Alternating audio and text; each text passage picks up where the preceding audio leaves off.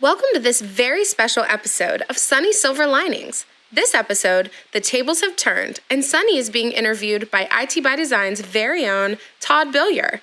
With ITBD's continued success over the last 20 years, there's really no one better to get great advice from on how you can build the right brand for your MSP that sets the tone of your company culture. And now, for your co-hosts, Sunny Kaila and Todd Billiar. Hey, Sunny, look who's back on the blog after 6 months. Yeah, I know. Seems like I know this guy. It is great to be back after a little short hiatus. And man, you have interviewed some serious MSP channel bigwigs out here. Man, you've had Rob Ray, we've had Arlen Sorsen, you had Matt Solomon, and you've had some of the owners of some of the largest MSPs in this country. You've been talking to some bigwigs. But you know what we're doing today? Today, I'm going to interview you, my friend. We're going to get your take on talent, because I think you'll agree that growing an MSP today is not easy, and talent is a very, very important piece of it. Yes, absolutely. So first of all, thank you, Todd, and welcome back to this show. And it's very challenging out there, especially, a very challenging year since this pandemic started, and our MSP friends, our partners, they have been going through a lot, and the speed of the change, because of this pandemic is so different than what it used to be, and everyone is having a hard time to keep up with everything.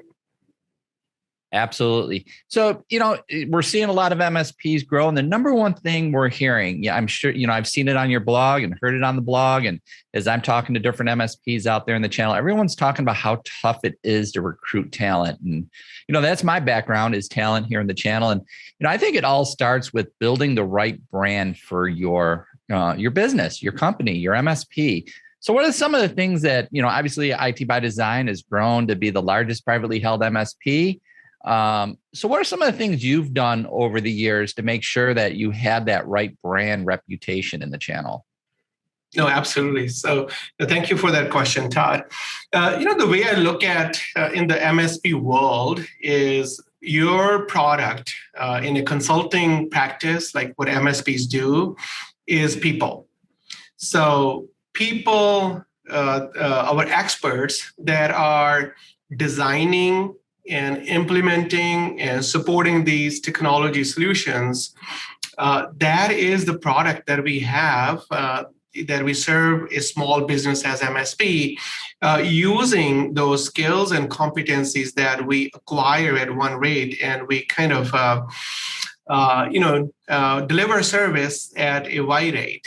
And that's what this business is all about. And so it's about people. It's about really, it comes down to people and an organization's ability to hire and retain top talent is the secret sauce behind any successful MSP. And that's what we have been focusing on. And even in pandemic, the overall challenges of hiring and retaining, it's very different. There are a lot more challenges. And so the other day, Todd, I got this. I was sitting here in the bullpen in Jersey City and talking to our service team, and my cell phone rang, and one of my good friend and partner, he called, and he's like, Sunny, all of a sudden I have this situation with my engineering team, and I'm having a hard time delivering my projects that are there.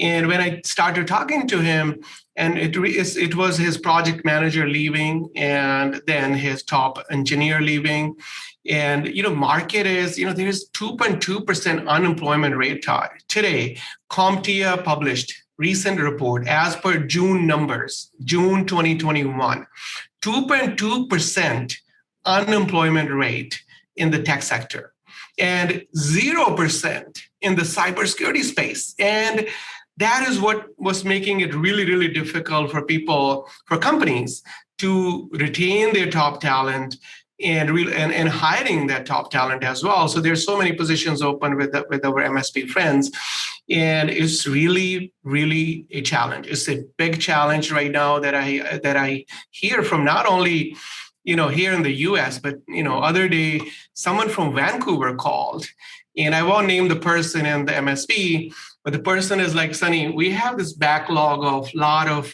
cloud setups, AWS, Azure type of talent I need. Do you have someone sitting on the bench that I can get? Because I have these SLAs to meet and I don't have talent, and my ability to hire top, Azure and AWS engineers the capability is not working what we have today. And so it's really, there are a lot of partners going through some real struggles when it comes to talent. Absolutely. As I look at my different social media feeds, it just seems it's now hiring after now hiring. And you just see MSPs all over the country saying, hey, who do you know that's technical, is looking for a new opportunity? The demand is definitely out there. Todd, not only in the US or North America, it's everywhere. And it's because of the overall majority of the businesses are more dependent on technology, where they never probably even use technology, or their digital strategy was not up to date. And right now they have no choice. They were forced to be more digital, every single business out there. So when I talk to my friends, my entrepreneurs, my peers in India, and now, as you know, we have center in Philippines. So I am doing a lot of networking with entrepreneurs there as well. And one common thing that I see across the globe is talent is an issue in every single country, majority of the countries. Oh, absolutely. You definitely do see that. IT by Design has grown obviously from just you and Cam at the beginning. Now we're over 500 employees strong. So, you're doing something right. Absolutely. What would you say are some of your lessons learned and best practices around recruiting technical, the engineers? How has IT by Design been successful in bringing that technical talent through the door? Yeah, so one, we are always hiring. We are always hiring, and we have put together a great team where their number one job is just hiring, right? So that's the business that we are in. So one thing that we have been really focusing on, Todd, is referrals. There are two pieces that are very different than any other company out there. One, as you know, we have this alumni community. So even if someone leaves ITBD, they are given that they're leaving on good terms, and they have been good cultural alignment. So we add them to our alumni group, where we do some engagement with them. We are always in touch with them through our newsletter, through other communication channels that we have. So hiring from people like where they have left us, but now they are probably in different situation right now. They are open to, entertain opportunities that are coming up at ITBD. So we always keep them engaged and we stay connected with them. And that's one piece that we always use. And the other piece is referrals. So we pay a lot of money to people for referrals, because what we have seen is your best hires will always come from referrals, because your A players, especially, they are normally connected with other A players. They have worked with other great engineers in their career, and they are connected with them. So when someone can bring in people because of their connection with that network, and that's where we have seen a lot of success. So what we have done is, rather than paying to staffing companies, we started paying a lot more to our people internally, where they are helping us with the referrals and they are helping the team grow. So referrals and alumni community that we have created. And the third thing that we use there is employer branding. So as you know, we are doing a lot of thought leadership, even in the tech talent space. And so where we have a lot of followers on our digital platforms. So building that online community of top talent where you are taking that educational approach for them as part of your brand building approach. And that's where we add a lot of value to that online community. And as a result of that education and that value creation for them, they stay connected with us on these social platforms. And whenever there is a position open, and as you know, we are always hiring, in especially in our service division and with the other divisions, whenever there is a special position, we just post it there and we get a lot of traction from our social media. Absolutely. It's, the best leaders are always in that recruiting mode, always looking for A players to interact with and potentially bring in to the organization at some point down the road. As an organization grows, it's obviously just as important to hire the technical talent, but you got to have the leaders to build that next line of leadership. So as IT by Design has grown, what are some of the things you look for in leaders, and how have you been successful in recruiting that right set of leaders to IT by Design to help grow? Yeah. So I think a big piece of any leadership position is to build a high-performing team, right?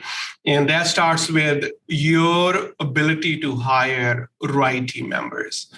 And so that's number one thing that we look for. And this is where, I have a lot of conversations with my leadership layer that, hey, I'm personally spending good 20-30% of my weekly time in hiring, right? So even if there is a position that is supposed to be opening in next 3-4 months, I'm intentional about keeping my list of, people that I know that they will probably be a good fit when that position opens up. And I'm asking my leaders that, hey, how come you are not taking the time? You are not intentional about reserving enough time in your calendar as much as I do, because that's where the success is. You got to be able to always have a good network of people where for today's positions and future positions, you can go and talk to them. And that's where, so a lot of education, right? So you have to practice what you preach.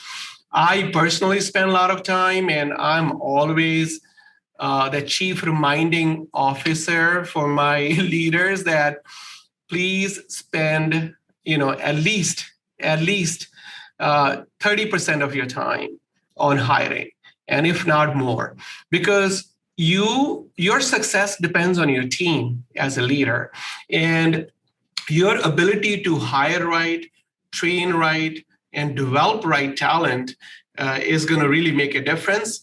And you got to be able to bring those complementary skills in your team, and got to be able to network with a lot of passive candidates out there, because A players are not out there on job boards. That is so true, and it's just so true. They're not going to be looking for a job on job portals. If they are on job portal, that is my first kind of red flag out there. That why are they? So especially for key critical positions where there's just so much opportunity out there, why they had to go out there and look for jobs on job portals. So my leaders are always networking and reaching out to people that they know to make sure that whenever that role is going to be available, the role that is critical for their success and their team's success, they have few people in their network list that they can reach out to and hire. All right. So, a lot of people think chief revenue officer when they hear CRO, but Sunny, you just talked about the chief reminder officer. But what else is a CRO? Is our chief recognition officer. And, LinkedIn said that, in a competitive market, number one reason people leave organizations is the lack of recognition. And I know, obviously I'm part of IT by Design. And one of the things I'm really proud of is our recognition. And, you at the top, you set that precedent. So what do how do you guide your leaders, and what have you done to put a program in place to make sure that the recognition is being given consistently in order to drive retention of top talent? Yeah, that's a great question. Thank you, Todd. So Todd, we use something called collaborative way. And with the collaborative way, the 5 practices, and I have this, I kind of not only I'm the chief reminding officer for my people, I remind myself, Todd, with this, what I have at my desk every single day. And if you see that one of the practice right here, the 4th practice here is sharing acknowledgments and appreciations. And this is, listening to your team members, right? Generous listening and speaking straight is number 2. And then being for everyone is number 3. And honoring commitments, which is our accountability core value, is 4. And actually, it's the number 5th. Yeah. So sharing acknowledgement and appreciation is the 5th one. So we are not only we're training our leaders, and we are constantly reminding them. And so with education, that we have given them tools, and there is a surprise coming that we have. So we will be doing a lot more at our Build It conference, where we're going to help our partners, where we're going to give them a system where they can take the education and apply what we have used as best practice. With the best practice, the system. So we're going to have community of practice around it, which is very educational. And then you take that education, anything that is coming out of that, more like classroom type of setup, right? Our community of practice, and you can operationalize that by using a system, or systemize that by using the system. So we use here internally a system as well. But system alone is not going to be able to do the job. It needs to come from your heart, right? It got to be authentic. And the way you can do that, when you are really a person of gratitude and you are a person of appreciation and positivity, you're going to appreciate your team members, where they are creating a lot of value for your partners, and they are, they deserve that recognition, right? So it's got to be genuine, and it's got to be timely, and it got to be well-deserved. So you really want to make sure that you're covering all the best practices of appreciation. But Todd, so the way I look at the overall, when you look at, you kind of look at retention, right? So that is the business outcome normally. The MSPs, any business will look for that outcome, that your top talent, it grows with you and you grow together. So at the heart of retention is the growth of your people, and growth of your team members cannot happen if organization is not growing. So if you are a CEO of MSP, your focus got to be on that growth of the organization. And growth of the organization, that vision, right? That growth mindset, that progress mindset, and that you are creating that vision of growth, organizational growth, and which needs to be supported by people. And in order for the organization to grow, you need people, and you need people with the growth mindset. And when an individual is growing, that is key to that person's happiness and overall fulfillment that you, right? So happiness and fulfillment of your team member is going to come from that growth. It's going to come from the progress that they're making in their career. And for the progress to happen, for them to feel that they are growing within the organization, they got to have a clear path. They got to have a career roadmap. And as you know, Todd, we have been spending hours and hours. We all leaders here, we have created a framework. And in the last 3-4 months, we have been kind of really, we took that career development planning to a very new level by spending a lot of time, and our leaders are working really hard to have those career conversations internally to make sure where that person is and where that person is going. So growth is essential for a human being to feel happy and fulfilled.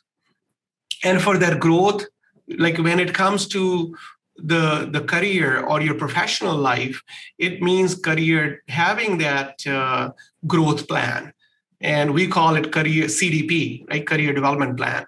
And for the CDP to really be successful and effective, it got to be a two-way street where you as a leader of that team, you are really spending a lot of time on understanding what that person's passion is and what that person's strengths are or unique abilities are, and then really making sure that where that person is today and where that person wants to go is well aligned with the business need as well. And you are kind of really being that architect of that person's growth plan and really facilitating that and creating that environment which is conducive to that person's growth, and where that person comes in, in the morning and they feel that they're growing every day.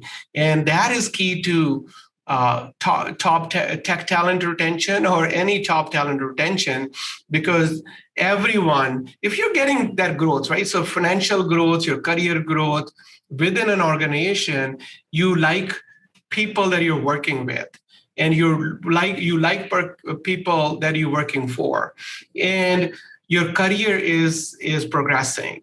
Why would you leave? Right. Why would you leave? If you are happy, you are part of that family, that community that is really, they want you, they need you, and they are adding value to you. Why would you leave? So we lead from heart before our head, and we do our best. And every single day, being that lifelong learning leaders, we learn how to do better today than yesterday when it comes to this, right? So because no one is perfect, we're always going to learn from our experiences. And as long as we're learning from our experiences and we are becoming better versions of ourselves to make a difference in our team members' lives, and that overall environment then creates something, that momentum, where people grow, and with that people growth, your organization grows, and it's that growth together. And that's the only way forward in the new world that we live in. Absolutely. Some of my fondest memories of working for IT by Design, yourself, is our early morning walks when we're on the road all the time. And we just talk about where we're going with our career and how we can be better that day than we were the day before. So, kind of keeping things moving. So we've gone out, we've built the right brand, we've brought the right people in the door, we're developing them, but then in a very competitive market, Sunny, there's always that turnover factor. So how do you as a leader handle it, when you are losing an A player? How do you let them know that the door is, open? So how do you handle turnover within your organization? Yeah, no, absolutely. And turnover is part of business, right? And so there will be team members where no matter what opportunities are there, and probably they're not the right opportunities, or it's not the right opportunity at that time, right? And in those cases, you got to, during those exit moments, how you lead is going to make a difference. And if you lead from your heart and give everyone the red carpet treatment, even during that exit, those people will remember you. And so the way we handle here is the red carpet treatment during entry and exit. And that's where it is a lot more, critical. So we are very intentional about doing everything that we can to make sure that we lead well during exit, and we give the best of the best experience during exit. And so when we do that, then also giving that golden ticket, Todd, that you are familiar with. So we give that golden ticket. And so far, Todd, with that golden ticket, my track record is 95%. With my key leaders where they have worked with me directly, people, and I won't name them, but from our India offices, our US offices, people that are there in our leadership team over a decade. And they have left at some point, some of them, and they came back, right? And when I say 95%, there could be probably one person where that person is still out there somewhere. And you never know. You never know. And yeah, so it just, I never take no, and I'm always in touch, especially with the good people. And that no means not now, but it's not like a no forever. So I might make it like 100%. But so far, with that golden ticket and with that red carpet treatment during exit, where I personally get involved, especially with the leadership team members. And it's really like, if there's no right seat, or the person just wants to explore there. Sometimes, in two cases, what happened, Todd, was people started their career out of college with IT by Design. And we tried exploring all the opportunities there that are that good fit for those individuals. But it was more of through conversations. Is like, Sunny, I just want to try something out there and see it for myself. And they tried it, and I supported them. And then they came back. Both of them came back within a year. Within a year, they came back, and they are with us now from like last 4 or 5 years.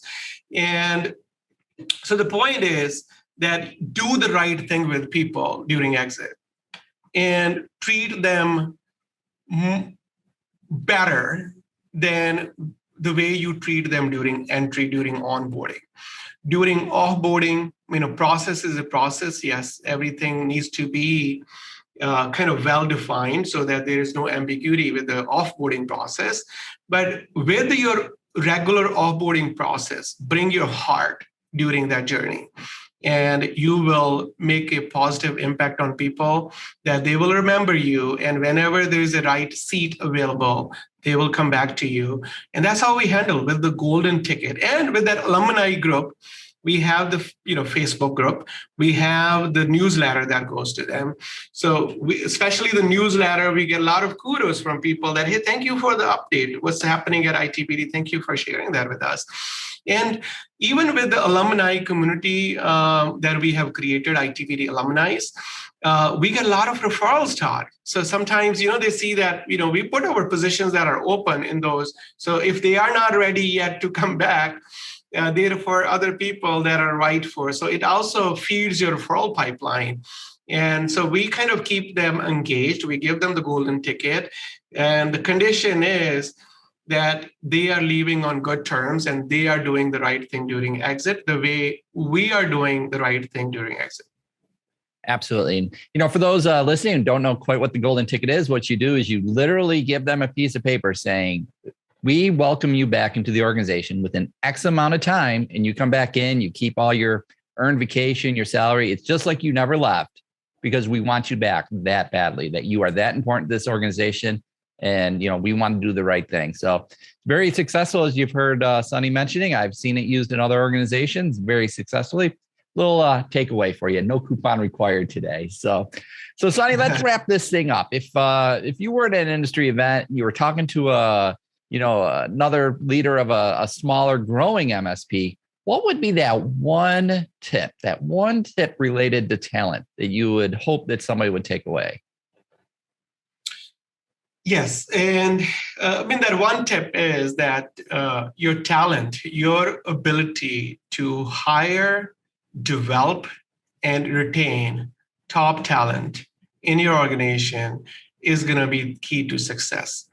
You as a leader of the organization got to be able to put the right team together and let them figure things out in terms of solution stack and tool set and everything else that needs to be there for our partners to see value.